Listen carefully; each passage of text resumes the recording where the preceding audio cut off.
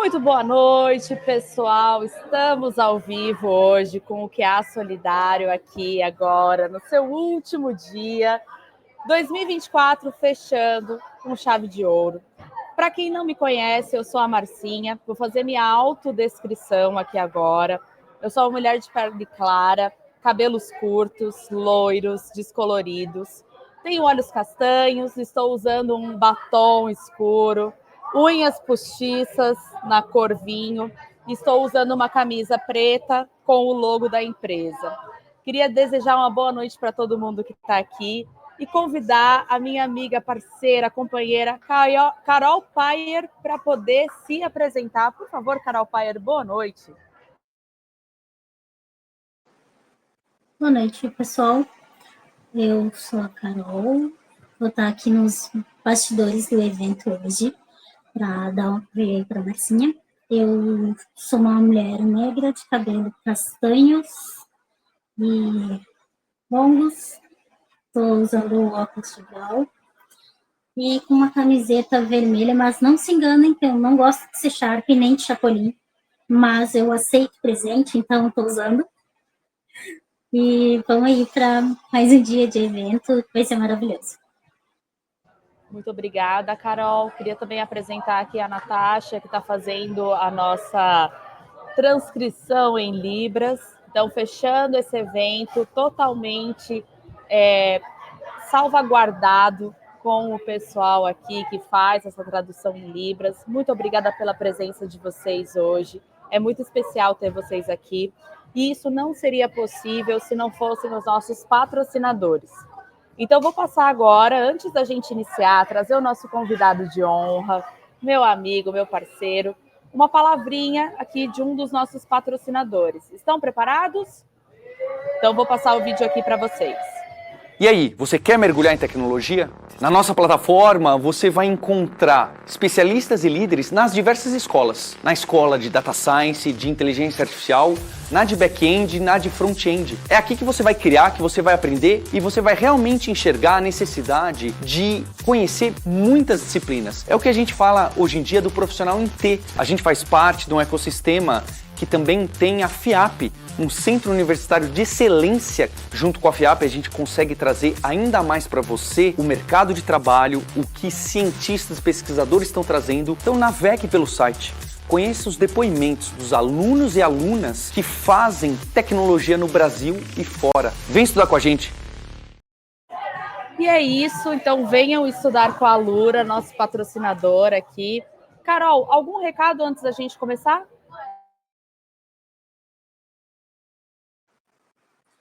Não se esqueçam de fazer check-in no evento, o link vai estar nos comentários. E vai ter sorteio da Alura, mas quem já preencheu o sorteio na quarta e na quinta não precisa preencher hoje. Perfeito. Então, sem mais delongas, gostaria de subir aqui ao palco meu amigo, meu mentor, William Silva. E aí, Marcinha, tudo bom? Bom, Carol? Bom, Natasha, tudo bem? Bom, queria agradecer primeiro o convite, né? E fazer também aqui a minha autodescrição. Eu sou um homem negro, cabelo curto, olhos azuis escuro, aqui depende da luz, brincadeira, olhos negros. Estou usando uma camiseta branca, na frente tem um logotipo escrito Academy, que é da marca QA Coders, e é isso. Muito obrigada, Will. A gente vai deixar você, então, aqui no palco. Vou subir a sua apresentação e vamos que vamos. Obrigada pela presença. Eu que agradeço o convite.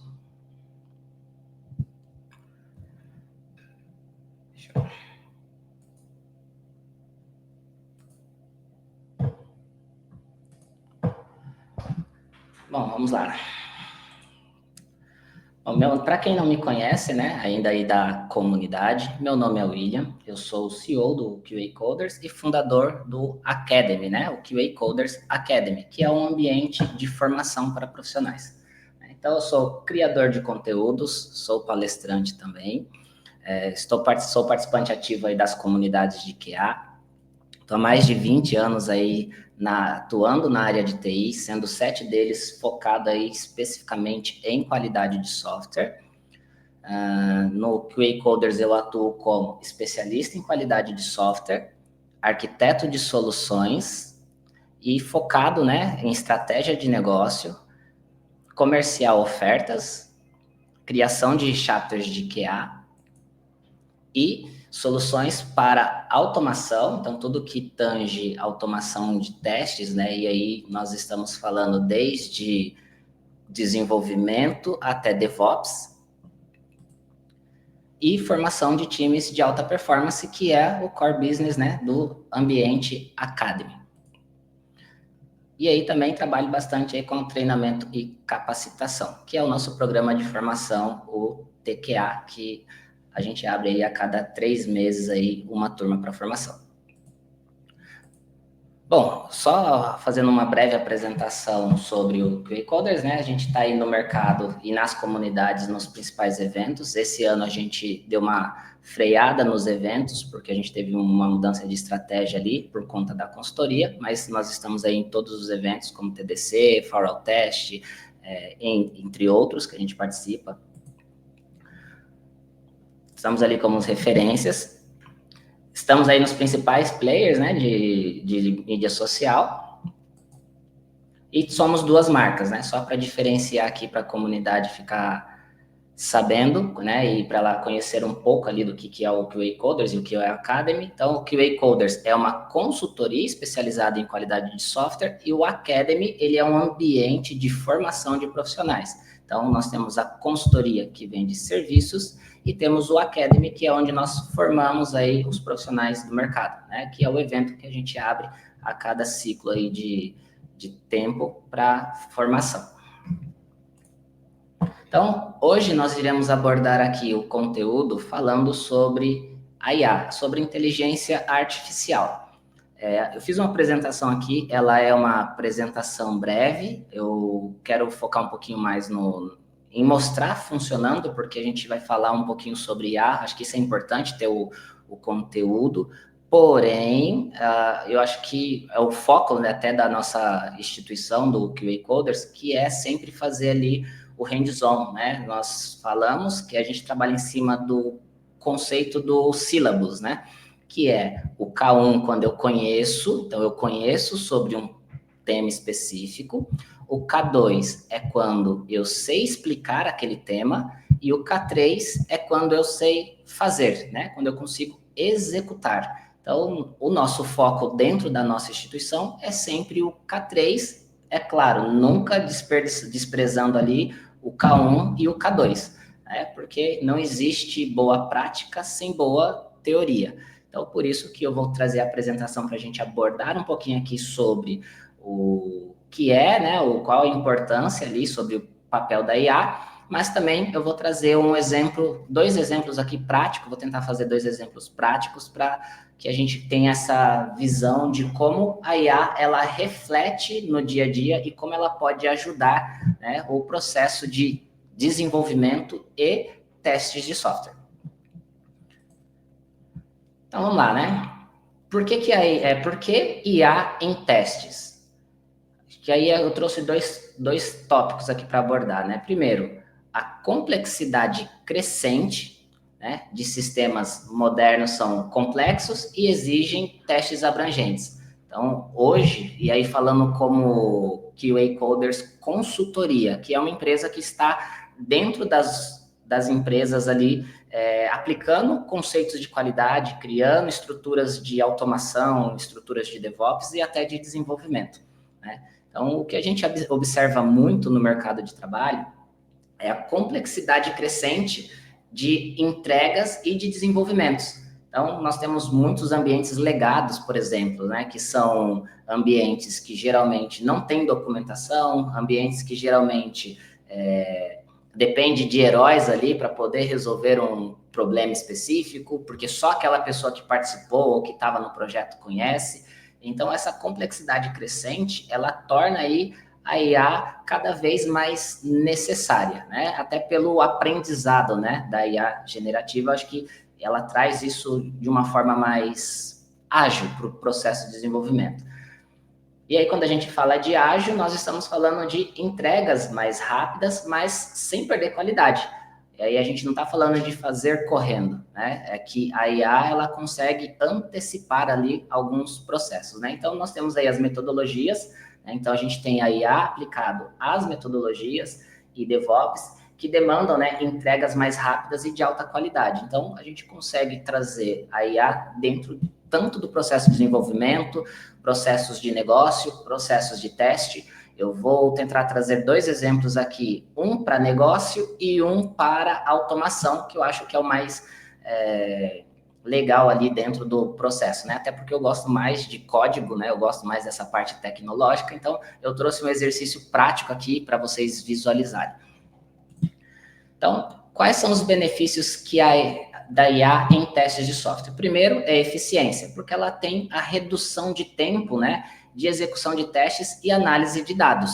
E isso é legal porque você consegue fazer parâmetros, né, através de dados de comparação, de quanto um produto ele performava, né, após uma release, por exemplo, ou um volume específico de usuários acessando uma aplicação, né, como também você consegue comparar erros, né, o porquê que após uma atualização do software, o comportamento da aplicação, por exemplo, mudou. Eu vou dar um exemplo que a gente usa muito ali para e-commerce, que é a análise de comportamento. Então, por exemplo, para a parte de segurança, você mapeia o fluxo da aplicação, você mapeia o fluxo do usuário, e quando o usuário tem um comportamento diferente do fluxo da aplicação, ele dispara um alerta, por exemplo, para a área de segurança, né? Para que aquele alerta seja monitorado de forma a identificar, de repente, uma possível anomalia ou invasão do sistema, mas isso usando estratégia de inteligência artificial. Isso é bem bacana porque isso antecipa aí comportamentos, né, que possam vir ou não dar problema dentro de uma operação. Então, a detecção antecipada, né, de problemas, porque a gente consegue prever e ela está sempre ali uns 2, 3 passos à nossa frente, ou muito mais, na verdade, né, mas falando, né, num número conhecido, né, vamos colocar que ela está sempre 3 passos aí à nossa frente para planejar cenários. E aí vou até fazer um exemplo prático para a gente conseguir visualizar isso olhando para o negócio, contexto de negócio, que é uma dor que a gente tem no processo de desenvolvimento. E aí nós temos aí testes mais inteligentes, porque ela prioriza casos de testes com maior impacto, né? E isso ajuda e facilita muito o nosso processo. Por exemplo, a gente tem um grande problema em operações, e quem aqui já é da área provavelmente vai conseguir se enxergar nesse cenário, né? Que é quando uma história de usuário muda, o desenvolvimento muda, mas a documentação não foi atualizada, né? Então, quando aquele desenvolvimento ele sofreu uma alteração, a história, a documentação, ela não foi atualizada, a gente começa ou continua testando cenários que não deveriam ser testados, por exemplo, porque ele já não faz mais sentido para aquele processo, mas mesmo assim ele está sendo ali testado, né? Então, a IA, a gente consegue através de IA, através da mudança de uma documentação, ele também muda e altera, por exemplo, os cenários de teste, né? E isso é bem comum, e isso é muito simples de fazer, na verdade, mas com o processo de IA, isso é agilizado de forma mais eficiente, né? Do que fazer o processo manual, porque a gente já sabe que quanto mais documentação, mais difícil é de você manter ali a padronização dos seus testes, né? E aí ela traz, né, a automação inteligente, que é uma geração automática, por exemplo, de criação de casos de testes a partir de dados e padrões, né? Testes adaptativos que né, que trazem aí ajustes automáticos em scripts de testes ou cenários dinâmicos. Então, acho que isso é importante, e eu quero trazer esse exemplo para vocês verem como isso funciona na prática, usando uma ferramenta que vocês já têm acesso, mas existem ferramentas que são específicas para isso. Hoje, todo mundo usa ali o ChatGPT, o Gama, ou outras, né, outras ferramentas de inteligência artificial, mas poucas pessoas sabem utilizar essas ferramentas, né? E saber fazer a pergunta certa, né, saber fazer a pergunta certa é extremamente importante, porque quando a gente não sabe perguntar, né, é aquele ditado, né? Quando a gente não sabe o destino, qualquer caminho serve. E a gente vê muita gente gastando tempo desnecessário por falta do conhecimento de processos de teste, de conceitos de teste. E aí, quando você vai fazer uma pergunta para a IA, você está perguntando algo que, de repente, não era o que você gostaria de ouvir ou de ver, né? Então, assim, é extremamente importante também saber fazer a pergunta certa, porque senão ela vai te dar uma resposta que talvez vai te levar para um outro caminho. E aí nós temos os valores agregados pela IA, né, que são a redução de custo, que eu acho que é o principal motivo das empresas utilizarem IA, até porque se não houver nenhum valor agregado, ela não faz sentido, né, de você usar uma ferramenta que não te gera nenhum tipo de valor, que não te gera nenhum tipo de resultado, e no contexto de negócio é sobre gerar valor, então é como eu consigo testar mais rápido, com mais eficiência e tendo um menor consumo, né, de pessoas, porque um dos grandes fatores que é extremamente pesado é o esforço de um teste repetitivo, por exemplo, cenários de regressão que acabam sobrecarregando profissionais, que acabam estressando profissionais ali que tá ali na ponta tentando garantir. Traz uma maior cobertura, então ela traz uma identificação de área de risco, um aumento de cobertura de código, ou seja, aquilo que a gente não conseguiu prever, por exemplo, né? Então fica muito mais fácil. Apoio à decisão e relatórios detalhados, né, com insights práticos e recomendações. Então, a IA, ela traz esses valores que é uma redução de custo, uma cobertura maior, porque ela consegue prever ali com mais eficiência, e o apoio à tomada de decisões de forma estratégica, né? Então, a IA, ela traz esses benefícios também.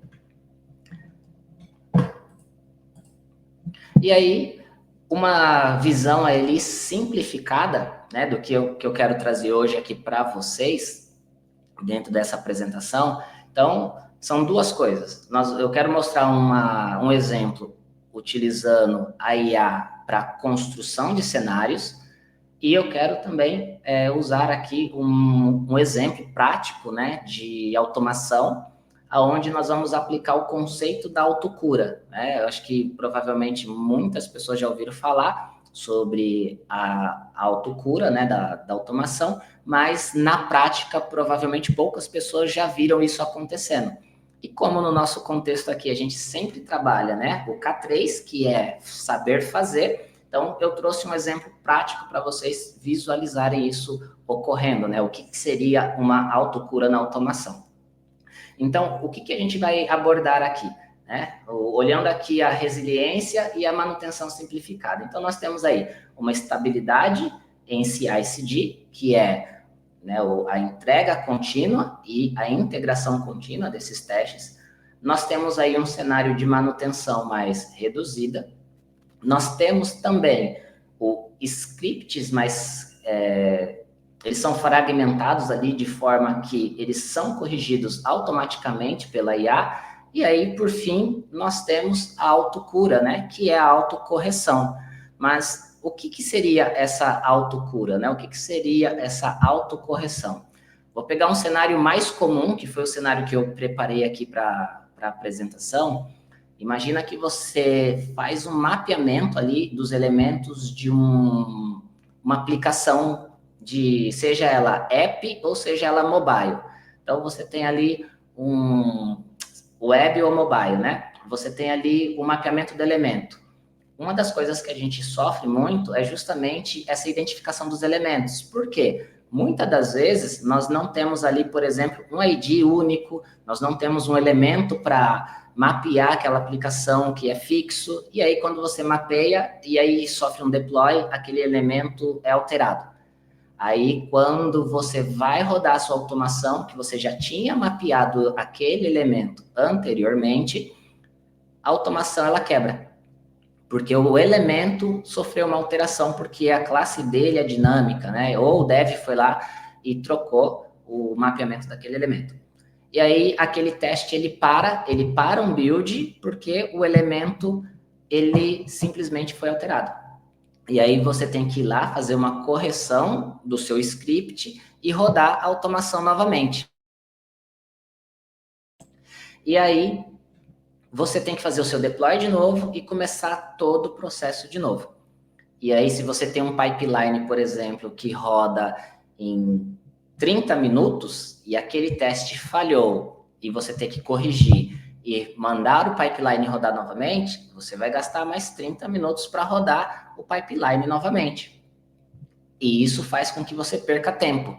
O que a autocura faz? Ela mapeia ali o processo de desenvolvimento, ela mapeia ali o elemento, né, do desenvolvimento, ele faz uma análise daquela estrutura da arquitetura, e quando aquele elemento é executado novamente, né, aquele mapeamento é executado e o elemento sofreu alteração, a IA, o que ela faz? Ela pega, olha o elemento atual, ela vai lá no seu arquivo de script, de automação do seu script que você fez ali do mapeamento, ela altera aquele elemento para você em tempo de execução e executa o teste. Então, o teste que falhou quando foi rodado ali no primeiro ciclo, ao invés dele parar a automação, ele joga aquele teste para uma fila e quando ele termina de rodar o pipeline, ele volta corrigindo ali os elementos que vieram a falhar anteriormente. Eu vou mostrar um exemplo na prática para talvez fique mais fácil de visualizar esse cenário. Então, esse é o cenário da autocura,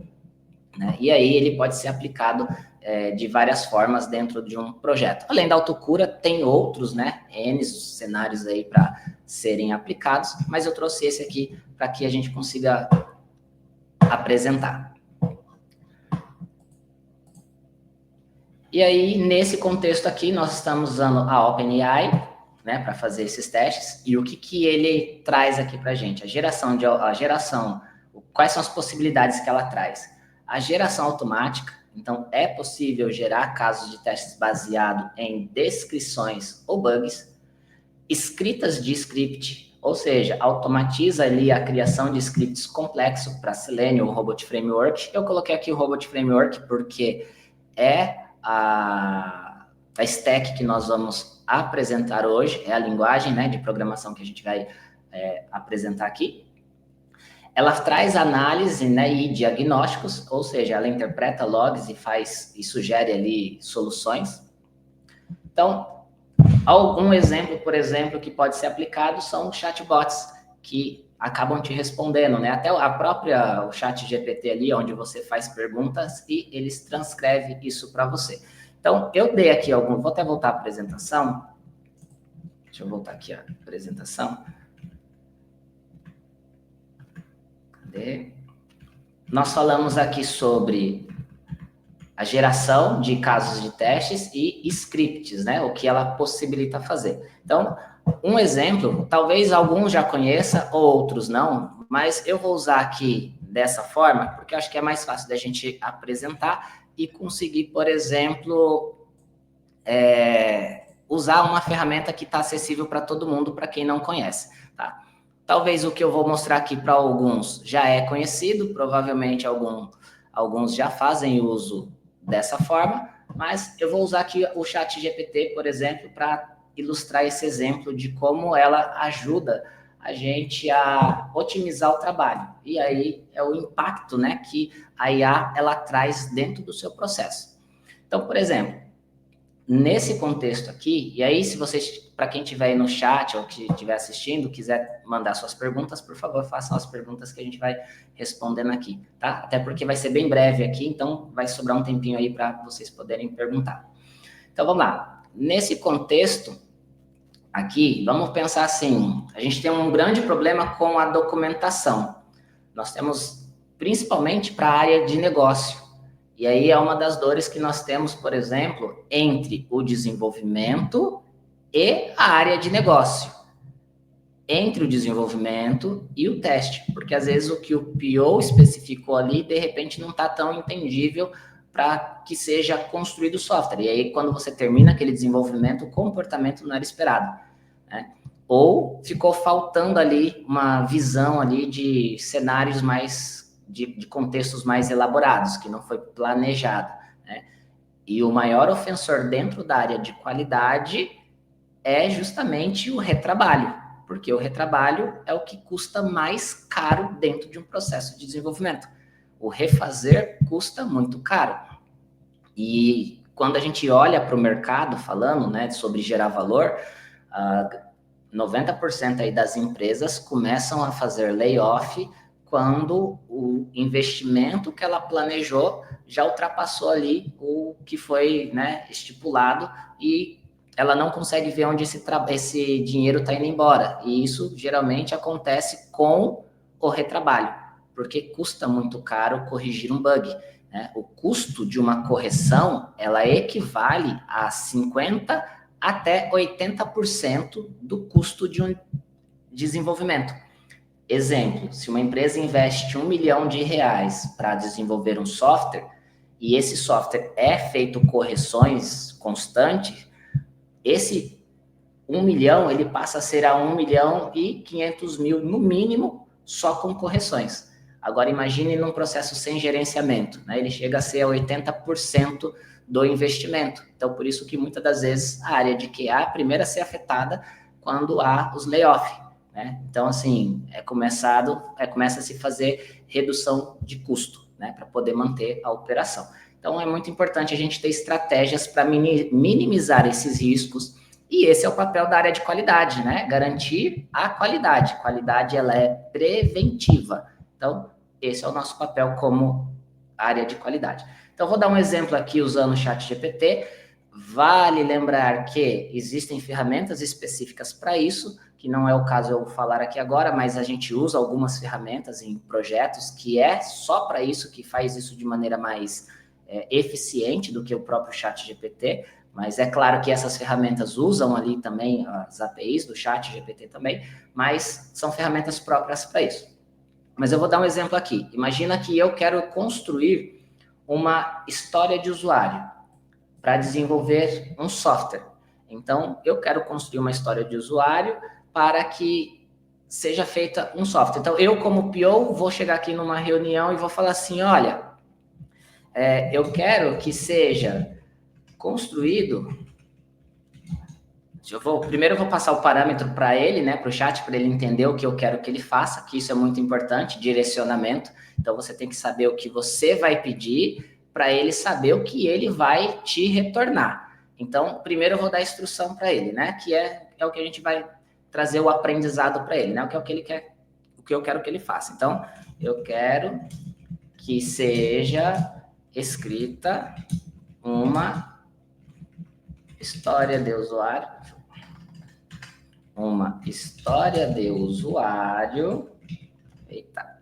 de usuário, com base no conteúdo abaixo. Quero que ela contenha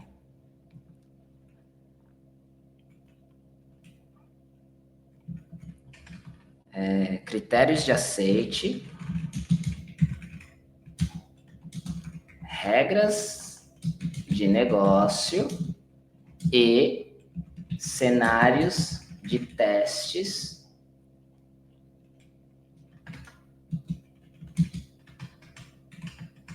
colocar aqui casos de sucesso e de exceção.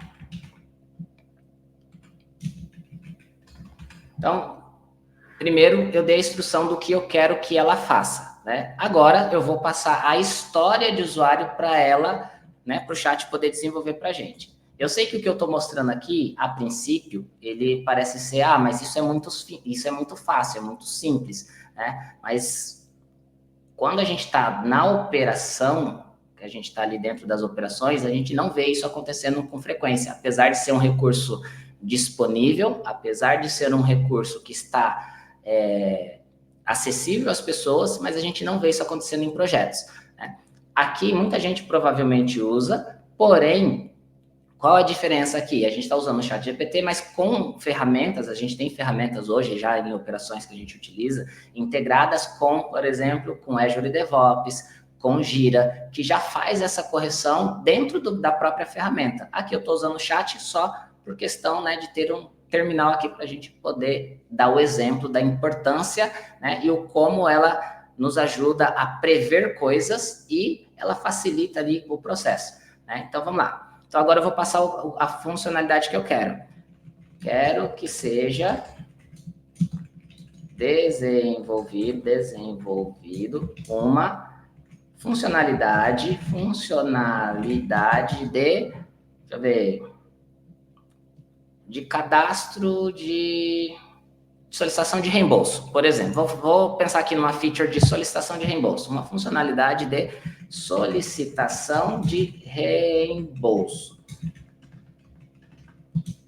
Quero que seja possível anexar documentos de vários tipos.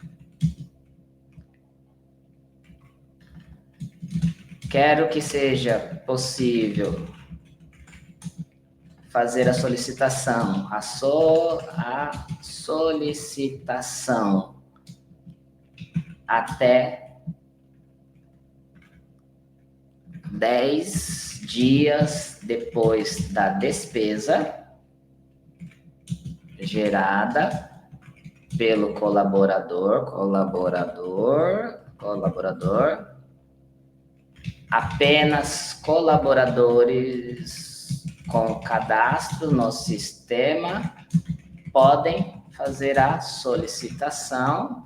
A solicitação deve ser enviada para um aprovador gerente da área demandante. Ponto. Então, aqui eu passei um breve roteiro do que eu quero que ele descreva, mas qual que é o grande lance aqui da ferramenta, né? Vamos ver o que ele vai gerar aqui para a gente, porque vale lembrar que quando a gente usa uma ferramenta específica, ela vai sendo treinada para fazer isso daqui. Aqui é a primeira instrução que eu estou passando para ele, então a gente não sabe qual que é o grau de assertividade que o chat vai me trazer, mas eu quero deixar aqui só como exemplo, né, do potencial de usar a IA para fazer isso. E aí tem ferramentas que são específicas para isso. Tá? Então, nesse contexto, eu passei de forma genérica aquilo que eu quero. Então, vamos ver o que ele vai gerar para a gente. Não me decepcione, ChatGPT. Vamos lá. Então, ó, ele trouxe aqui, primeiro ponto, né? Ele trouxe aqui uma história de usuário e ele trouxe já, né, o título da solicitação de reembolso. Então, vamos ver o que ele gerou. Como colaborador, quero que seja quero poder solicitar reembolso de despesas anexando os documentos de diferentes tipos, para que a minha solicitação de reembolso seja analisada e aprovada pelo gerente da área demandante. Então, notem que ele criou aqui para mim, ó, os critérios de aceitação da minha funcionalidade. Então, o que ele diz? Ele trouxe aqui, ó, critérios de aceite. Cadastro no sistema. Apenas colaboradores com cadastro ativo no sistema poderão fazer a solicitação de reembolso. Se você perceber, eu pedi que ele colocasse apenas colaborador, mas eu não coloquei que deveria ser apenas colaboradores ativo. Você percebe que a própria IA, com base naquilo que eu pedi para que ela fizesse, ela já colocou aqui uma regra a mais, que eu não pensei. Porque, por exemplo, o usuário poderia estar desativado e fazer a solicitação de reembolso, né? Prazo da solicitação. O colaborador pode realizar solicitação de reembolso até 10 dias após as despesas terem sido geradas. Documentos anexados. O colaborador pode anexar documentos de diferentes tipos. Aí ele especificou os documentos, coisa que eu não fiz, né? Envio para aprovador. Após a solicitação ser feita, o sistema deve automaticamente enviar a solicitação para o gerente da área demandante para análise e aprovação, né? Aprovação e rejeição. O aprovador gerente da área demandante pode aprovar ou rejeitar uma solicitação de reembolso. O colaborador será notificado sobre a aprovação ou rejeição da sua solicitação. O que eu quero trazer com isso aqui, ó. Olha só que bacana.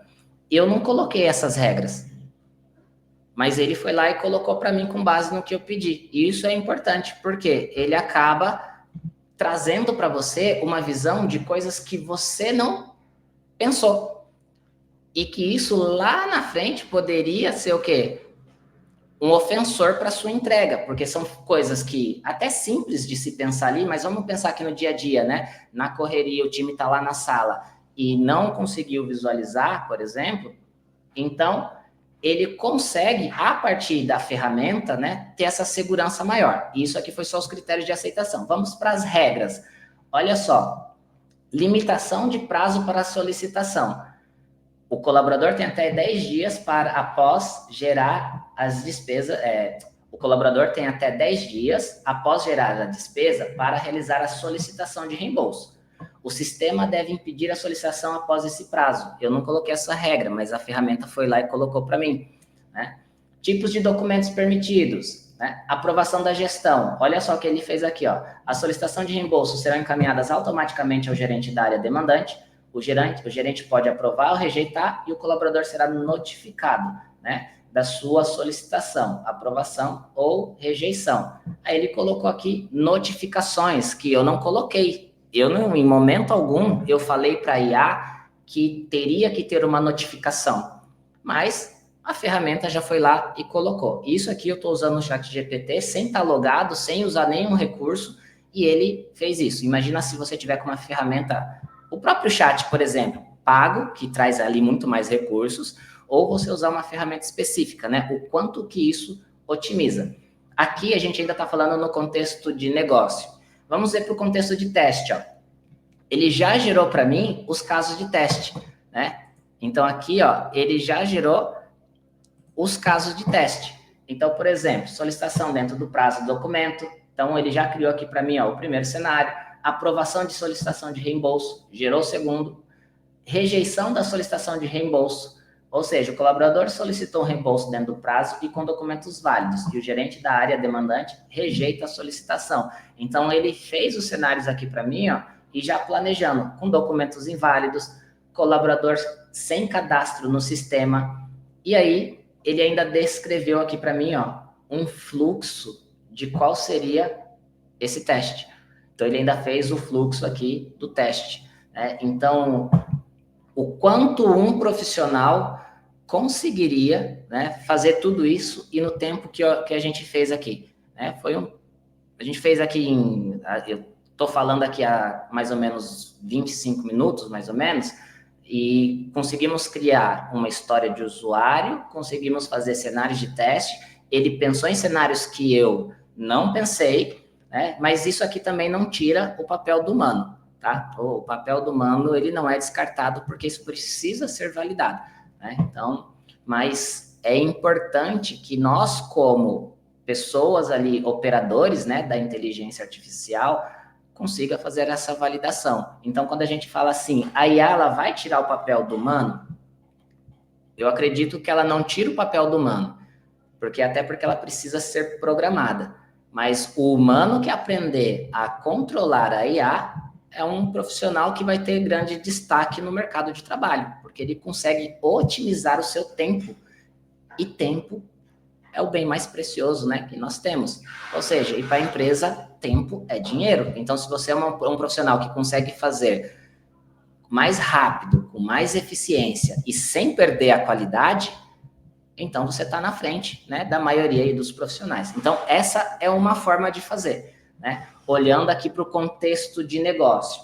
E aí, como eu falei, eu estou usando o ChatGPT, mas hoje já tem ferramentas, por exemplo, como o GenTest, que é uma ferramenta específica para isso, que você consegue integrar ela com desenvolvimento no Gira, você consegue integrar ela com Azure DevOps e os principais, né, as principais ferramentas de gestão. E ela ainda consegue fazer sugestões, por exemplo, de cenários de teste, de história. Então, vamos pensar que eu mudei a história de usuário aqui.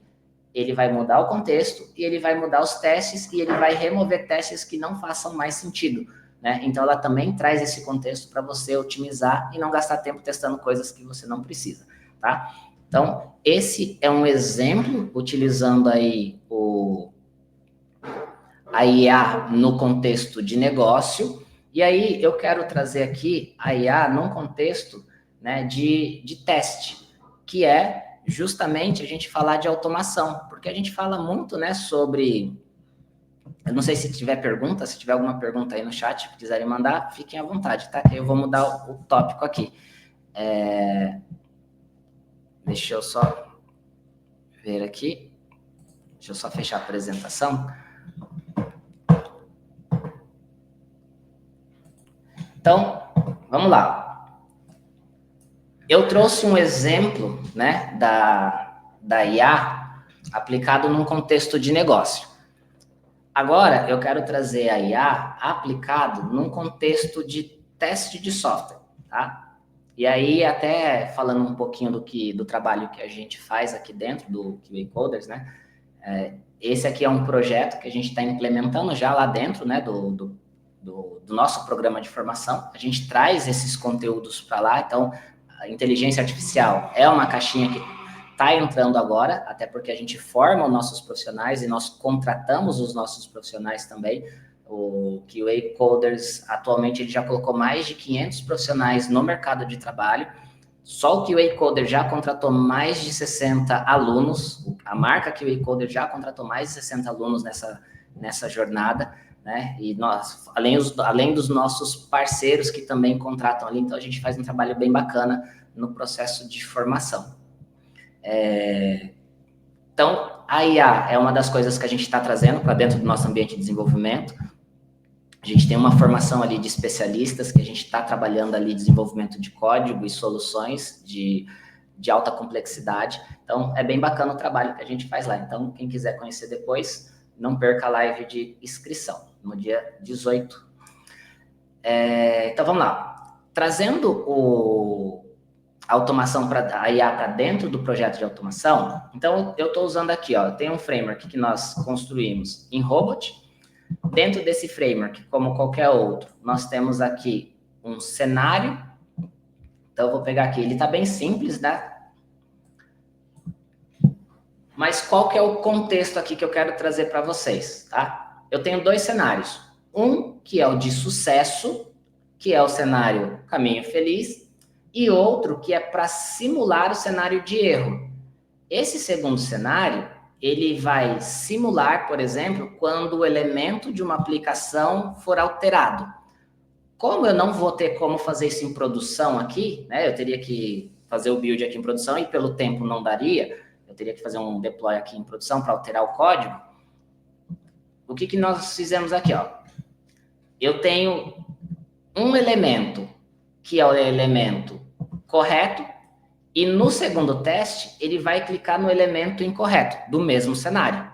Então, no primeiro teste, ele vai executar, vai fazer o login e vai encontrar esse elemento aqui, ó.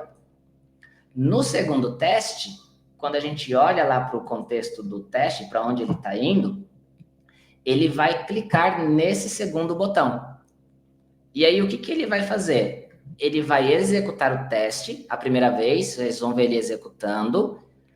E aí ele vai pegar o teste que falhou, vai jogar para uma fila, né? E aí para isso ele usa, né, como estratégia, né? A gente tem aqui o listener, que é o que vai olhar ali para dentro da estrutura do teste. Então ele vai olhar ali tudo que acontece dentro do teste e aí ele carrega aquelas informações e armazena isso para depois a gente conseguir fazer essas alterações, ó, dentro do contexto da IA. E aí, depois que ele executa o teste, ele vai lá e altera o elemento. Então, vou executar aqui para a gente ver dentro do nosso processo como é que funciona. Então, ó, quer ver? Deixa eu... Eu não sei se o tamanho tá bom para vocês visualizarem. Acho que sim. Se tiver pequeno, vocês me avisem aí. Mas vamos lá.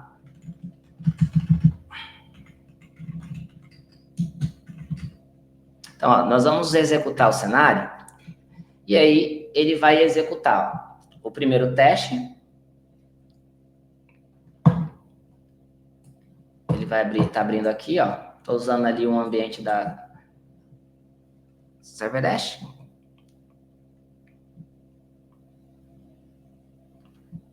O primeiro teste ele passou. Ele vai rodar o segundo teste. Eu vou compartilhar aqui só para vocês verem. Ele vai falhar, ó. Então, esse foi o teste gerado para falhar mesmo. Então, ele executou um e passou. Agora, ó, se vocês olharem, ele falhou porque o elemento não existe. Esse elemento que eu mapeei aqui, ó, ele não existe, ó. Elemento não mapeado. E agora ele está executando novamente os testes, ó, para usar a correção da IA. Se vocês notarem, prestarem atenção aqui na linha 3, se tudo der certo e nada der errado, ele vai alterar, ó. Ele já alterou o elemento que estava não mapeado. Ele já alterou automaticamente aqui, ó, o elemento que estava mapeado aqui e passou o teste, ó. Então, o que ele fez na prática? Nesse cenário que a gente acabou simulando aqui, ele primeiro fez o teste, ele clicou no elemento que estava mapeado, ele registrou aquilo dentro, né, da aplicação, ele registrou isso dentro do processo que tem aqui, e aí depois ele falou assim, ó, esse teste falhou, eu vou voltar depois aqui, porque senão ele teria que ficar refazendo o teste, então estrategicamente a gente deixa todos os testes passarem e depois ele volta executando, né, só os testes que falharam. E aí ele vai verificar. Às vezes pode acontecer, por exemplo, dele ter falhado por um timeout, não é por causa do elemento. E aí se é por causa de um timeout, por exemplo, ele só faz o teste novamente. Aí ele não usa a IA, por exemplo, para alterar um elemento. Então ele só executa de novo. Agora, se é por conta do elemento, que é a estratégia que a gente colocou aqui, ele vai lá e altera o elemento, que foi o caso dessa execução. Então, quando a gente olha aqui para o log, ó, o primeiro teste, ele falhou, o primeiro teste ele passou, porque era para passar. O segundo teste, ele falhou, porque ele foi lá clicar no elemento e ele não achou esse elemento na página. E aí ele trouxe o relatório do teste, ó, o teste foi executado, um teste passou e um teste falhou. Só que ele continuou, ó. Aí ele executou o teste para aplicar a solução da IA, nesse contexto aqui, ó. O que ele faz, ó? Percebe que ele mapeia ali, né, toda a estrutura, ó. Isso aqui ele carrega ali o DOM da página, ele vai lá no DOM do navegador, cata ali toda a estrutura do código para fazer esse mapeamento e identificar os elementos. E aqui, ó, olha só que interessante, ele faz uma sugestão, ó, do seletor que deveria ser, né? Aqui, ó, a sugestão do seletor, aonde ele vai alterar. Ele aplica a sugestão, ó, com base no elemento que ele mapeou lá. Eu vou dar um Ctrl Z aqui, ó. Eu vou dar um Ctrl Z aqui no arquivo, só para você ver o que estava antes, né? Para vocês verem o que estava antes dela alterar. Ó. Ele estava isso daqui, ó.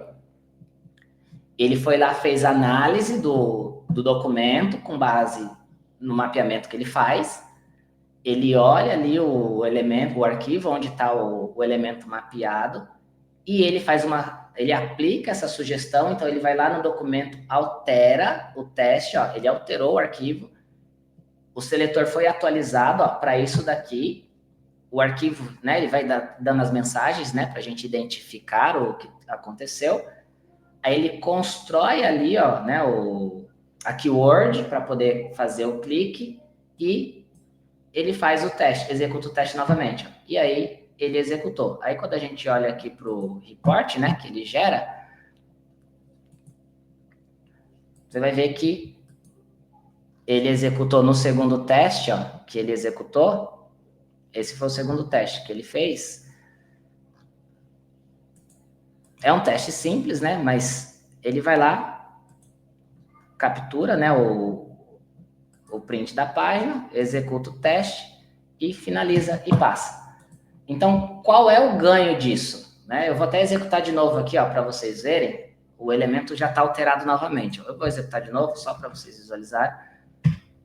Mas qual que é o ganho disso? Né? O tempo que a gente perde, por exemplo, fazendo correção. Né? Então, isso é passado pela IA. Então, o tempo que a gente ganha é tremendo. O tempo que a gente ganha, ele é tremendo em relação ao processo. O tempo que ele ganha ali de otimização de tempo, o tempo que a gente ganha ali de manutenção de código, isso acaba trazendo um ganho surreal para o projeto, tá? Eu estou vendo que tem algumas perguntas aqui no chat, deixa eu ver. Que tipos de problemas podem ser resolvidos? Will, a gente estava esperando você finalizar o seu raciocínio para trazer as perguntas. A gente fechou aqui, podemos fazer as perguntas? Pode, eu já tinha terminado aqui, ó. Ele, novamente aqui, ó, só, ele realmente, ó, ele alterou novamente ali, ó, e executou o teste e passou. Então, essa seria a solução, né, da autocura, que é o teste, ele se corrige sozinho, né? Você não tem o trabalho de ficar lá fazendo push e pull dos projetos e fazendo builds e deploys. Antes da gente trazer as perguntas, eu queria trazer 2 comentários, que é a Rosana André, que super recomenda o TQA, que é muito bacana, e o Igor, que trouxe dicas ótimas demais, tá? Então, antes das perguntas, um pouquinho de elogio, um pouquinho de biscoito para você. Aí a gente tem 2 perguntas. A primeira é a da Ana Aline. Que tipos de problemas podem ser resolvidos automaticamente sem intervenção humana? Aí são vários, né, na verdade. E aí tudo depende do propósito. Vamos falar de automação aqui, que é o nosso foco, né? Então, por exemplo, a gente viu aqui o exemplo da autocura, né, que é uma solução que não precisa da intervenção humana para que o código se autocorrija, né? E isso traz um ganho sensacional de tempo, e você consegue focar o profissional só realmente naquilo que é necessário.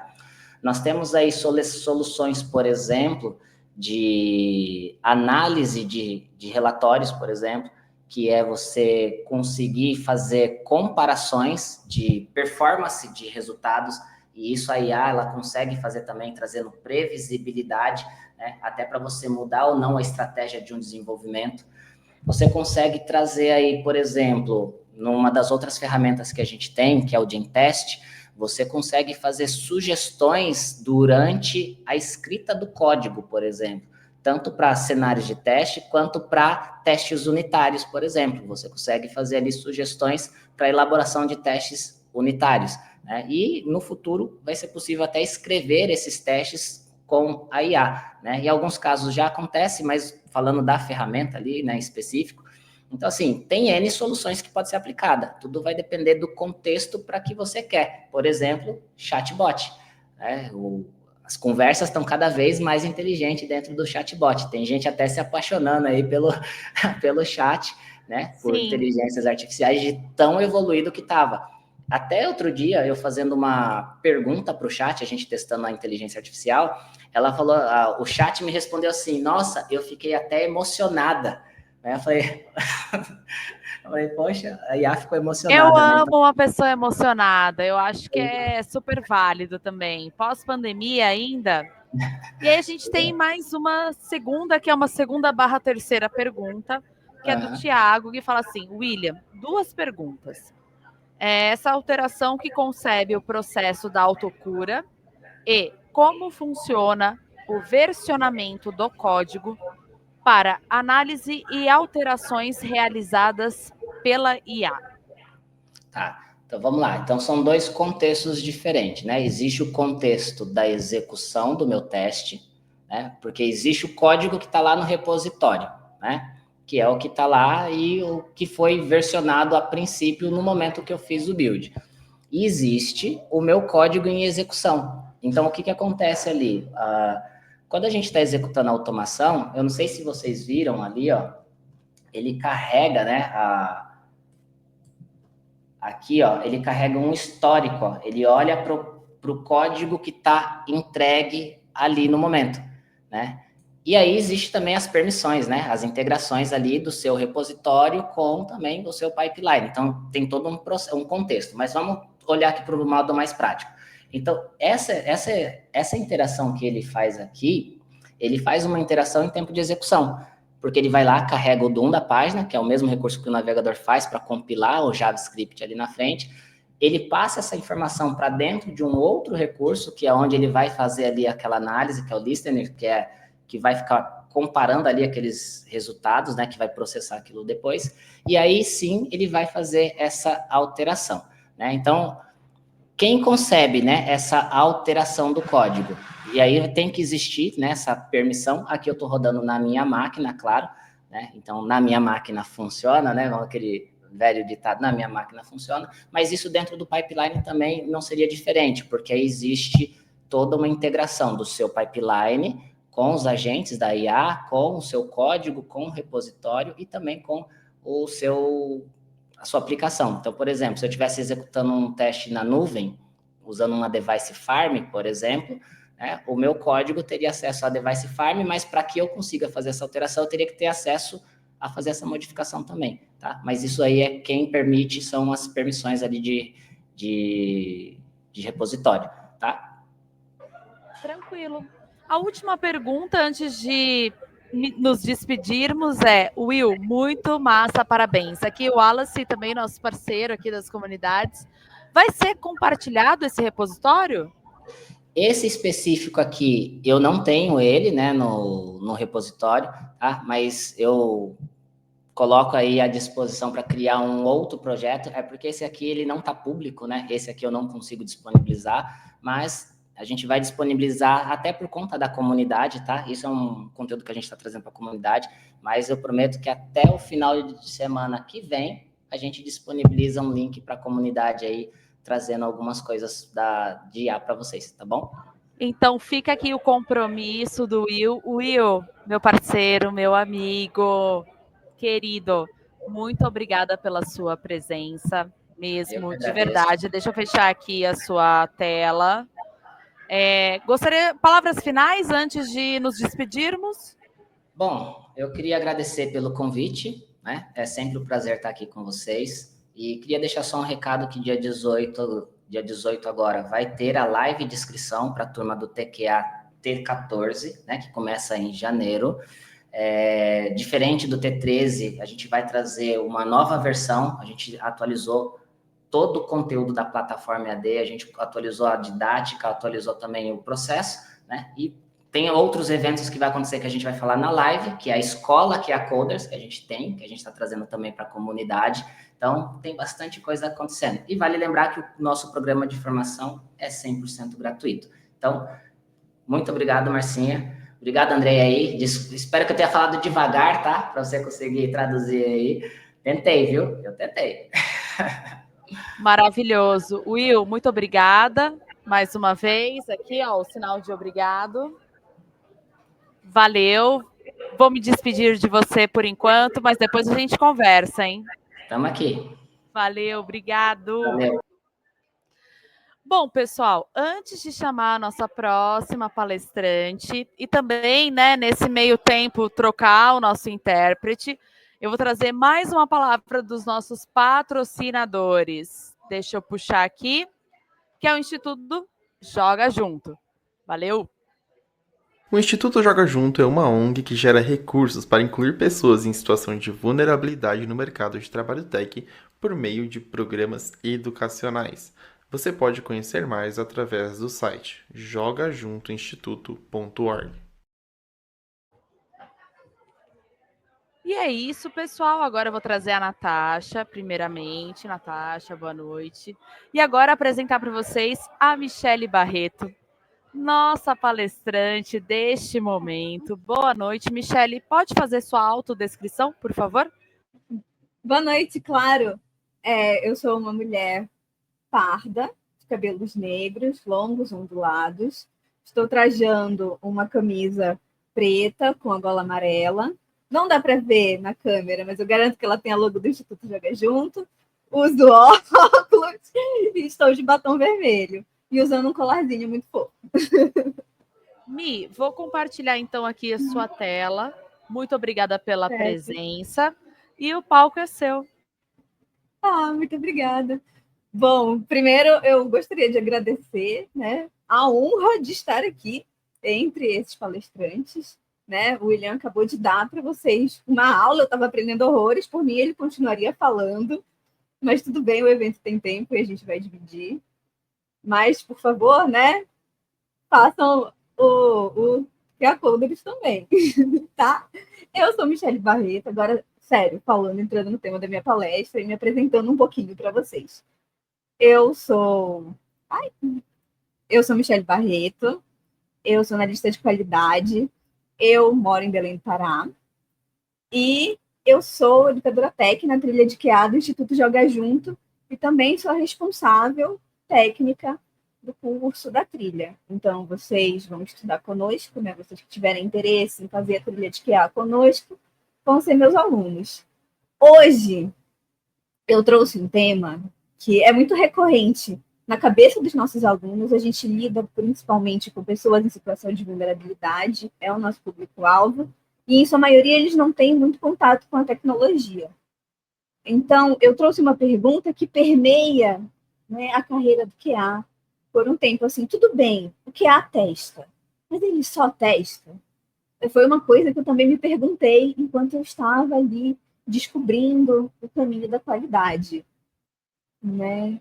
Só que para a gente entender a qualidade como um todo, a qualidade enquanto QA, né, a garantia de controle, o Quality Assurance no software, a gente precisa olhar um pouquinho para a história, né? É um processo muito novo esse que a gente traz para o desenvolvimento de software.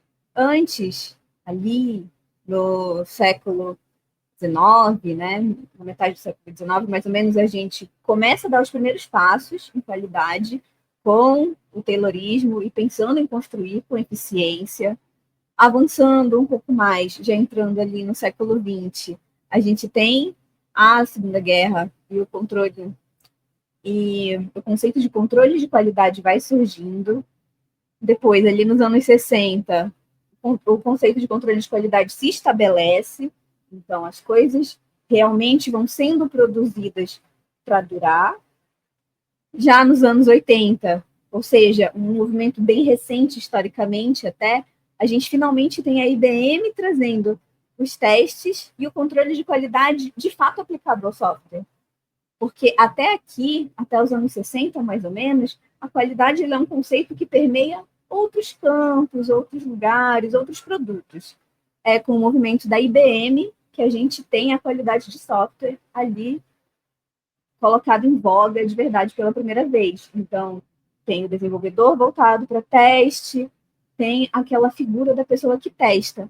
Porém, é só a partir ali do início do século XXI, com o movimento ágil e a mudança de produção, tanto de software quanto das coisas que a gente consome em geral, é que a gente vai pensar a qualidade muito próximo do que a gente pensa hoje. E fazendo link com a palestra do William, é a partir mais ou menos dos anos de 2010 até agora que a gente começa a discutir os processos de automação de teste, e agora a gente está vivendo muito o momento de trazer o teste e para os testes, né, dando continuidade a esse movimento de automação. Então, quando a gente olha para a história da qualidade, a gente entende que não existe exatamente a figura da pessoa controlando a qualidade de um desenvolvimento de software. Por mais que aqui, nos anos 60, a gente entenda que houve sim um boom tecnológico, existiu muito desenvolvimento, existiram muitas coisas sendo produzidas, o conceito de qualidade, o conceito de teste, ele é relativamente recente. E aí a gente esbarra numa situação que é a função do testador, ela é uma coisa impopular, né, entre quem produz software e entre as pessoas que trabalham no ambiente de desenvolvimento. Se você olhar agora para um desenvolvedor que você conhece e perguntar, você faz testes? Ele vai dizer, provavelmente, que ele testa localmente. Ele, muito provavelmente, não tem a prática, a não ser que seja uma coisa ali cultivada dentro do squad dele, ou do time, ou da empresa, fazer testes de verdade, escrever teste unitário, ter toda a cerimônia do teste. E aí, quando a gente vai pensar, nossa, mas por que será que o teste é tão impopular? Assim, o que acontece? Por que essa profissão é tão negligenciada? Bom, eu procurei muita literatura sobre isso, né, para tentar entender por que o teste é considerado uma coisa menor. E aí, para além do tempo, da cultura ser recente, esse grupo de estudantes aqui, essa é a referência, tá, de uma universidade na Suíça, o estudo ali é suíço, mostra para gente que, numa comparação de prós e contras, o que pesa para que uma pessoa envolvida com software seja uma testadora?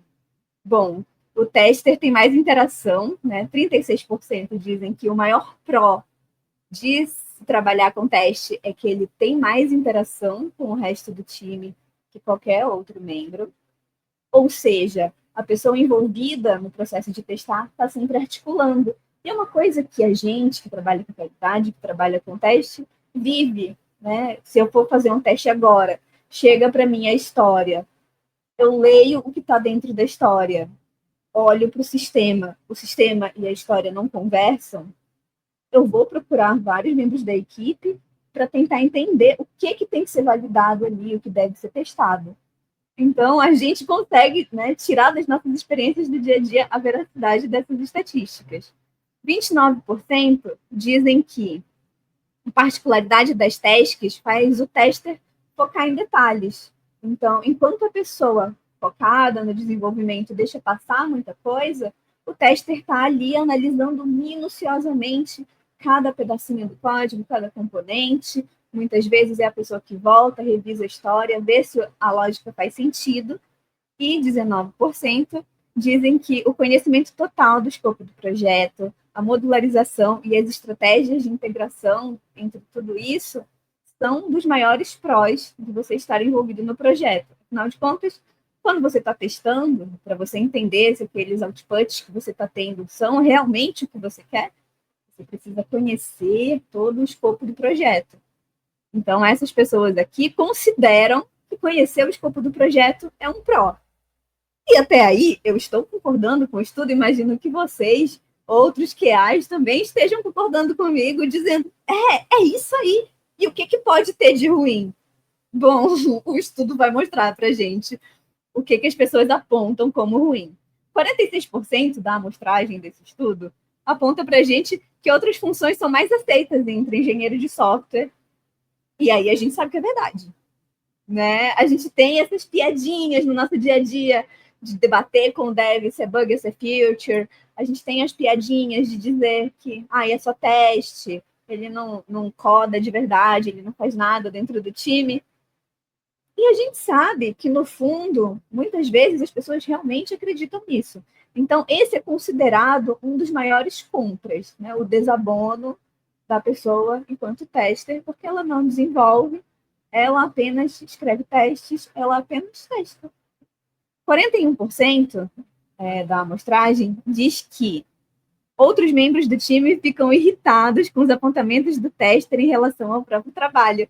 Irmãos da qualidade, quantas vezes vocês já não tiveram que se explicar? Quantas vezes vocês já não tiveram que chegar lá no desenvolvedor, no PO, nas outras pessoas e dizer, olha, não é que eu esteja te atacando, é que isso aqui não tem que ser desse jeito. Ou então, simplesmente fazendo perguntas, né, e sendo levado por horas em debates. As pessoas consideram, né, nessa pesquisa, a amostragem dessa pesquisa considera que isso é um dos segundos maiores contras de ser um testador. E, bom, ali, como última alternativa, né, com 13%, problemáticas relacionadas a gênero na carreira de tester. O estudo aponta, de maneira inconclusiva, é necessário investigar mais, mas que existem muitas questões relacionadas a preconceito com relação a gênero. Uma pequena porcentagem, dentro desses 13%, considera, inclusive, que dentro da área do software, o teste é uma coisa exclusiva de mulheres.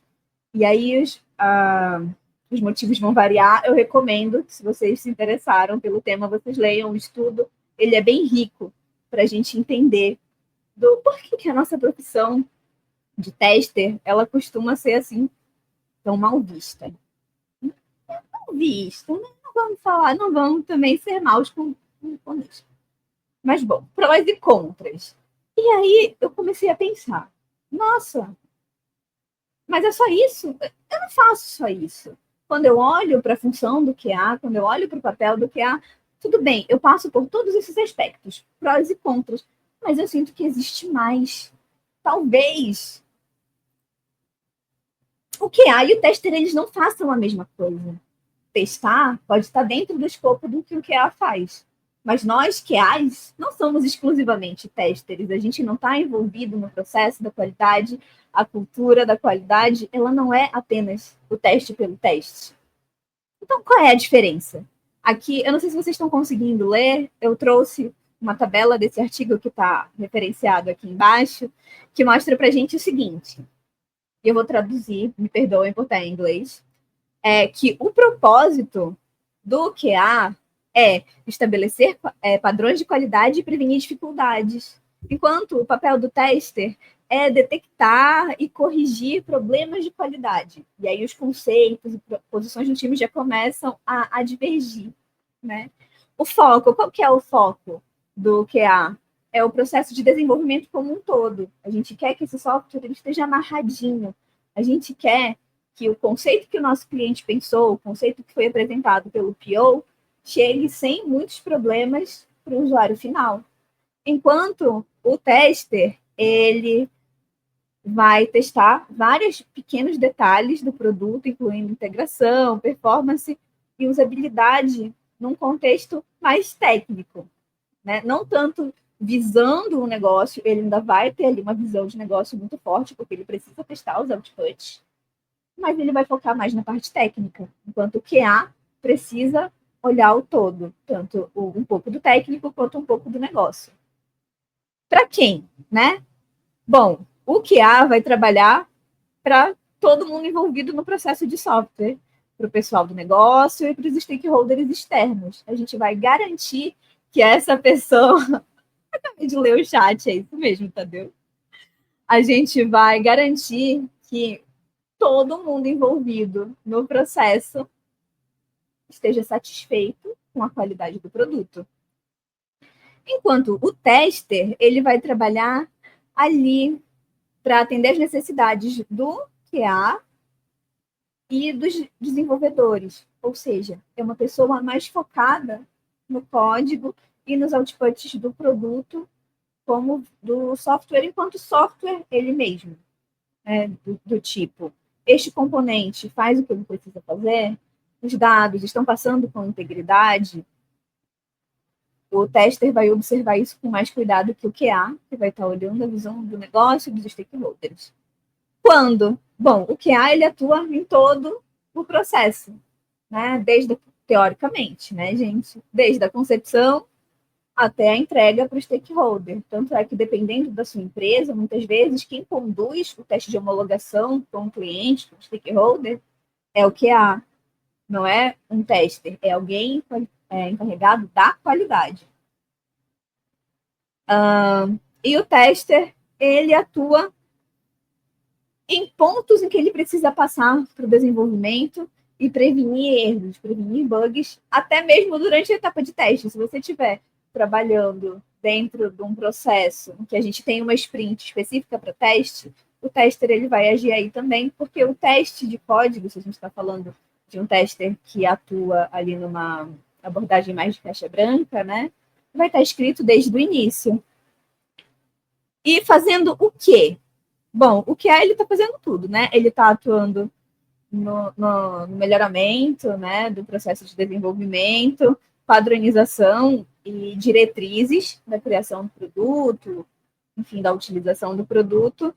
E o tester, ele está mais focado em revisar código, rodar tester e endereçar, né, entregar defeitos, mostrar defeitos. Bom, a gente já viu que um tester, então, precisa ter muitas habilidades hard ali de código e precisa entender muito do produto. Beleza? E o que o QA precisa ter, né? Afinal, o que o QA é? Quem que ele é? Bom, ele é um profissional que precisa ser curioso, porque assim como o tester, você precisa, né, esgotar todas as possibilidades daquele software. Você precisa ser uma pessoa que tem a habilidade de se comunicar efetivamente, porque não adianta nada você ser capaz de detectar ali um problema de concepção crítico e guardar para você. Ou então, tudo que eu vou fazer é um card. E não ser uma pessoa que consegue ali dialogar entre equipes. Você precisa saber se comunicar. Você precisa ter o famoso, né, pensamento crítico e entender em que momento do ciclo de vida daquele software realmente vale insistir em alguns problemas, porque um exemplo que eu sempre uso com os meus alunos, se eu sou o Duolingo, não interessa muito o que está acontecendo. Eu vou sempre querer entregar um texto bem escrito, sem erros. Se eu vou apresentar o MVP para o cliente, a logo pode estar toda torta, aquele passarinho pode estar amarelo. Mas o texto, que é o core do negócio, tem que estar funcionando. Então, tudo tem que estar bem escrito em todos os idiomas, teoricamente, né? A gente está falando do processo de qualidade. A gente não está falando exatamente de como as coisas são apressadas e chegam à produção.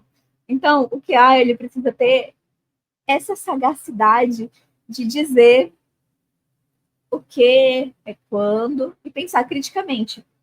E para mim, isso também se encaixa no caso de cenários de testes, né? Muitas vezes a gente planeja nossos testes e quer seguir aquele planejamento até o fim, mas no meio da sprint os propósitos do produto mudam e você não pode se ater àquilo. Então é bom saber quando abandonar o seu próprio trabalho também. Aí entra o pensamento crítico.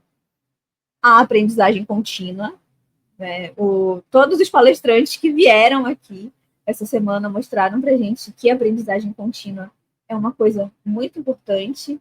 A gente sempre está procurando novas maneiras de testar, porque a tecnologia não vai esperar a gente. E, obviamente, a expertise técnica, né? Se eu preciso conhecer todo o processo, eu preciso ter a expertise técnica do negócio, então eu preciso ser capaz de escrever, entender cenários de teste, mas também histórias do usuário, ser capaz de entender o que o PO está comunicando, o que o DBA está comunicando, ou seja, ser uma pessoa que, se não tem domínio sobre tudo, conhece sobre tudo um pouquinho para poder garantir a qualidade. Tudo bem, a gente sabe de tudo isso e a gente teve essa conversa, mas como eu, QA, vou me posicionar no time para agregar valor? Já que a minha profissão ela é mal vista. De novo, né? Mal vista nesse sentido de lá vem o QA, lá vem o QA causar o caos. Como que eu posso fazer para que esse time entenda que eu estou ali não para causar o caos e não para fomentar qualquer tipo de desavença entre eles, mas para garantir a qualidade, para trazer para a nossa realidade, para a realidade do nosso produto, excelência. Bom, o QA, e aí eu conversei com vários QAs que eu conheço. Essas dicas aqui são resultado de uma pesquisa que eu promovi. A Márcia falando, lá vem o QA cheio de paixão. É exatamente isso, lá vem o QA dizer que, poxa, não está formatado do jeito certo, vamos formatar, galera. Lá vem o QA dizer que não é aceitável deixar o usuário fazer qualquer coisa na tela.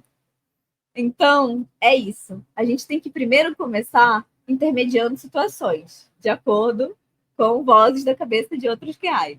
Intermediando situações, facilitando a comunicação do time tech com o time de negócios e trazendo para situações em que você conscientize ambos os lados de que eles têm razão, mas que o meio termo tem que ser possível.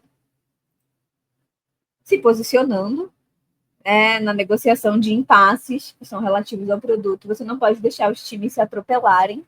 Você tem que agir ali como a grande mãe que defende a qualidade, e defender a qualidade é, muitas vezes, defender o time de negócios em detrimento do time de tecnologia, mas é também dizer, não, o time de tecnologia está dizendo que não dá para a chave primária do usuário ser e-mail, beleza, a gente vai defender isso com o negócio.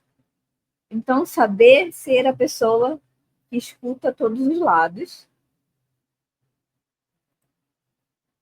Trabalho em pares, porque o que acontece? Muitas vezes, e aí os meus colegas QAs vão me abraçar nesse momento e vai todo mundo chorar junto, muitas vezes o único QA precisa dar conta de um sistema inteiro, ou se não de um pedaço muito importante de um sistema inteiro, e não tem ninguém para validar o trabalho junto com ele. Então, ele está ali a meia hora fazendo 700 requisições na mesma API, testando retorno por retorno. Em algum momento, algo vai passar. E a gente já sabe que o software livre de bugs é uma ilusão. Mas muitas vezes, alguns bugs poderiam ter sido evitados se a gente tivesse, né, essa estratégia de cross-check. Eu testei agora, você testa depois, e a gente valida a validação um do outro, para ter certeza que ninguém deixou nada passar. Nem conceitual, nem, enfim, problemas hards mesmo, técnicos. Mais uma vez, conscientizando, porque a gente está aqui para evangelizar, né, a qualidade e dizer que a responsabilidade da qualidade é do time inteiro, que escrever teste unitário é muito importante para que o produto chegue para teste com a maior integridade possível, que os dados passem de modo íntegro, que tudo aconteça tranquilamente. É para isso que a gente tem que sentar e conversar. E aí existe, né, no nosso dia a dia, a piada de, eu entrei numa daily para discutir se era bug ou feature. Normalmente a gente não discute, se vocês, né, não sei se tem alguns dos nossos alunos aí que são relativamente iniciantes, mas a gente não entra de fato, normalmente, né, numa daily, numa reunião para discutir por uma hora se é bug ou feature. Mas muitas vezes a gente entra para decidir se vale a pena desperdiçar aquele recurso, ou automatizando um teste, ou aumentando a quantidade de casos de teste num cenário específico.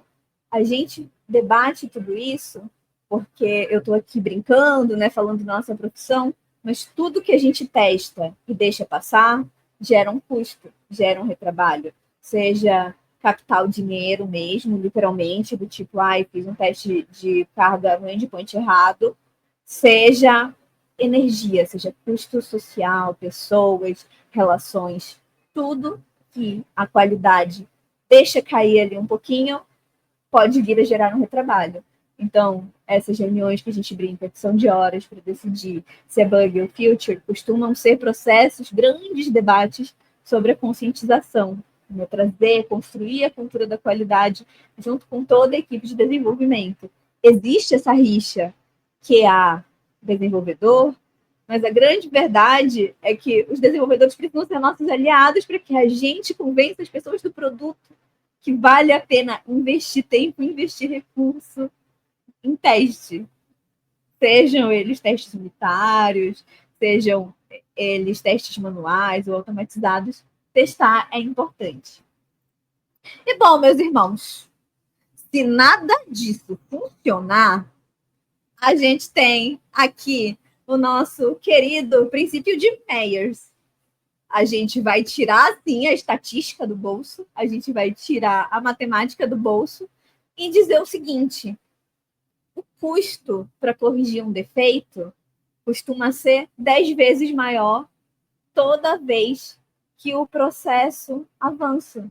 Então, enquanto a gente tem aqui nesse gráfico, né? Não sei se todo mundo já conhece, mas estejam apresentados agora um grande clássico da qualidade, né? O princípio de Myers, em que a gente tem um gráfico mostrando o custo para corrigir um defeito e o momento que o defeito é encontrado. Quando o defeito ele é encontrado bem no início, ali, se ele é conceitual, durante a fase da prototipação, é muito barato arrumar. Às vezes é o custo de uma mensagem, às vezes é o custo de reescrever rapidamente um pedaço de uma história, refazer uma query, que seria ali colocada como requisito naquele banco de dados, enfim, tudo. No início da especificação ali, da escrita das histórias, é barato de arrumar. Se a gente passa para o designer, tem mais pessoas envolvidas. Para o design, desculpa, tem mais pessoas envolvidas no processo. Então, o custo aumenta 10 vezes. Quando a gente entra na etapa de codificação, desculpa, gente, existe toda uma estrutura, uma infraestrutura que vai ser montada, esse código precisa ser subido. Enfim, todo um processo de codificar e fazer deploy, né? Hospedagem, enfim. Então, o custo 10 vezes, subiu 10 vezes de novo. E, bom, passou pela fase de teste, corrigimos os problemas. Perdão. Lançamento, veja, um custo que já estava em 10 virou 100. Porque a partir desse momento, não que você vá corrigir em produção, mas o usuário pode causar um estrago muito grande. E todo QA sabe disso. Só um momentinho, gente. Perdão, esse tempo virando pegou a todos nós. Bom. E, obviamente, quando você traz o princípio de Meyers, né, em que você coloca aí estatística, mostra custo. Muitas vezes eu já ouvi relatos de uma pessoa que teve que montar uma reunião com o PO para mostrar que não ter uma etapa de teste, não ter o que é envolvido em alguns processos, causa custo, né? Causa retrabalho. Então, montar essa estatística e, de repente, apresentar ali onde você vai trabalhar para dizer que a qualidade é uma coisa muito importante. E atrelada ao princípio de Myers, a gente tem o Shift Left, que, para quem não conhece, né, é nada mais, nada menos do que deixar a fase de teste antes. Trazer o processo de qualidade, de validação, verificação para antes do processo de desenvolvimento. Então, muitos de nós que aplicamos o Shift Left sem saber. Quando a gente está ali fazendo análise de documentação, quando a gente vai para reunião de prototipação, quando a gente vai debater regras de negócio, isso tudo é Shift Left. A gente já está envolvido no processo de produção, de teste de qualidade. E, bom, né, trouxe aqui várias estratégias para a gente adotar no nosso dia a dia, mas será que essas estratégias, de fato, ajudam a diminuir a rejeição corporativa do tester e do QA ali no ambiente de desenvolvimento de software? A verdade é que essa pergunta é uma provocação, é inconclusiva. Vocês podem apontar para esse QR Code, ajudar na minha pesquisa, responder o questionário. Olha, eu chamando vocês para o esquema de pirâmide. E um dia, quem sabe, eu volte aqui ano que vem, na próxima edição do QA Solidário, para responder pelo menos um pouquinho dessas questões que eu trouxe. Vocês podem me seguir no LinkedIn. Muito obrigada, gente. Foi um prazer estar aqui, uma honra falar com vocês. Vocês querendo me encontrar, eu estou sempre nas turmas do Instituto Joga Junto. Obrigada, meninas do QA Solidário, equipe, voluntários. O que vocês fazem é muito importante, tá? Doei com vontade, doaria de novo. Maravilhosa! Para quem não escaneou aqui, ó, o QR Code, escaneie aqui para conhecer as redes da Mi. Antes da gente prosseguir com algumas perguntas e comentários, eu queria ver com você, na verdade, Natasha, se está aí, por favor, Natasha, a nossa intérprete de Libras. Só para a gente substituir, porque assim, a gente vai finalizar com a Natasha, só que a gente vai estar fazendo o sorteio na outra trilha, que a gente vai terminar de acompanhar a trilha de carreira para fazer os sorteios todo mundo na mesma sala lá. Então, vou mandar para vocês aqui o link do YouTube. Só que antes de a gente ir para lá, a gente vai fechar com a Michelle com algumas considerações. Como a Natasha não está aqui ainda, Andrei, eu vou aproveitar que você está aqui. A Carol Payer, nossa organizadora, falou: não julgo o dev que me xingar hoje. No início da live, estava terminando de registrar um bug. Comentários, Mi? Eu também não julgo. Mas eu faria o mesmo. Estamos juntas, Carol. Estamos todos juntos, o QA que não passou por isso não é um QA real. E a Mena também falou, eu reclamo até por um pixel fora da responsividade. E aí? Aí ela tá pedindo para ser xingada também. Aí eu não posso compactuar. Um pixel pode passar. Agora, se estiver desalinhado e torto, tem que ir lá e perguntar: ô, irmão, e o HTML? Como é que tá? Tá em dia o CSS? E para fechar aqui, na verdade, o Tadeu, que está com a gente, acho que desde a primeira edição que eu me lembro deste garoto aqui, você acha uma boa fazer um quadro dessa imagem do princípio de Myers e colocar na parede para ficar aparecendo quando ligar a câmera? Ai, gente, estou quebrada. Assim, eu devo responder como profissional ou enquanto Michele, porque assim, a ideia é ótima. Mas eu acho que é um pouquinho passivo-agressivo, né? Com seus colegas de trabalho. Que tal fazer um quadrinho, deixar na sua mesa e lembrar: se eu não analisar isso aqui com vontade, vai dar ruim.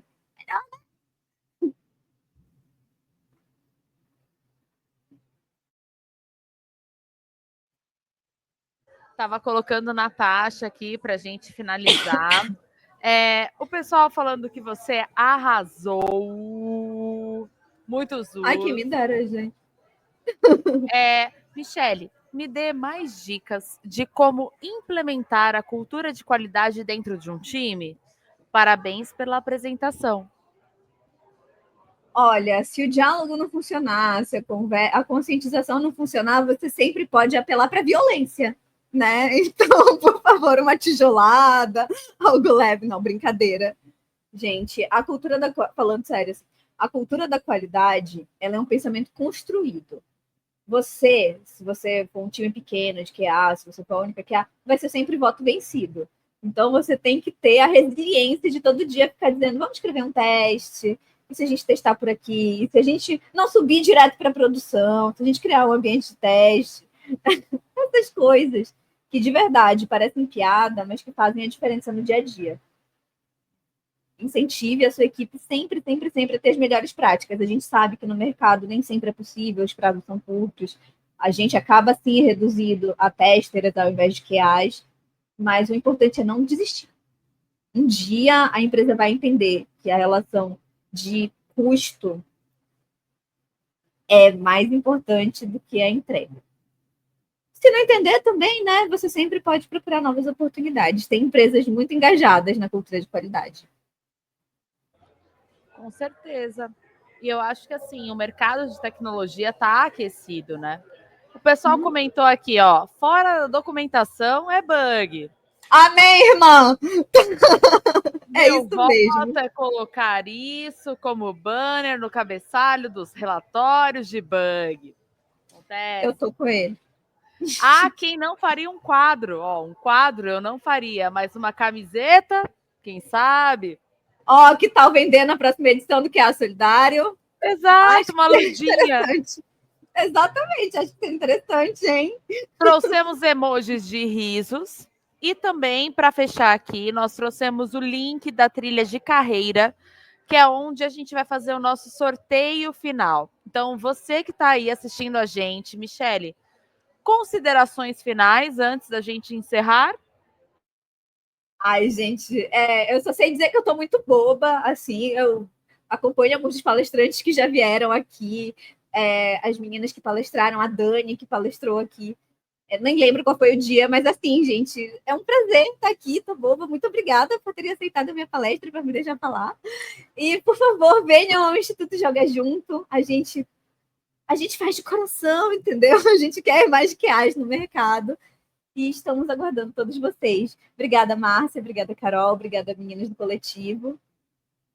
Até o ano que vem, se não como palestrante, como ouvinte, com certeza. Sim, como palestrante, como ouvinte, como parceira. O Instituto Joga Junto está aqui para nos apoiar, não só emocionalmente, né, mas assim, também intelectualmente. Então, obrigada, Michele. Você foi incrível. Natasha, Andrei, muito obrigada. Uma boa noite. Para o pessoal que não conhece ainda o Joga Junto, clica aqui, ó, jogajuntoinstituto.org. Vamos conhecer esse projeto, vamos entender aqui, ó, vamos participar também, dependendo, né, do pessoal que queira participar também, vai ser incrível.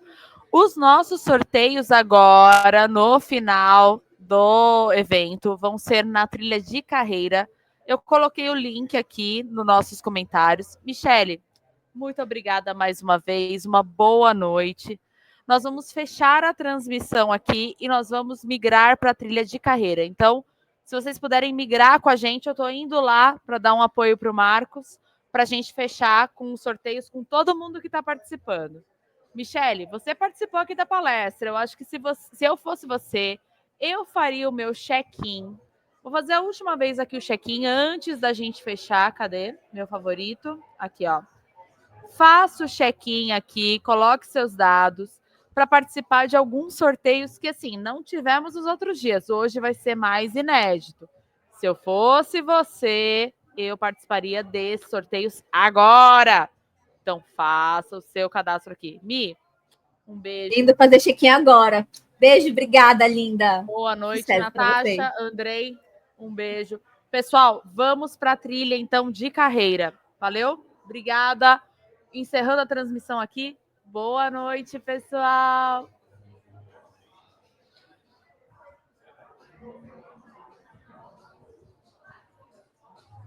Oi? Valeu, tchau, tchau. Tchau.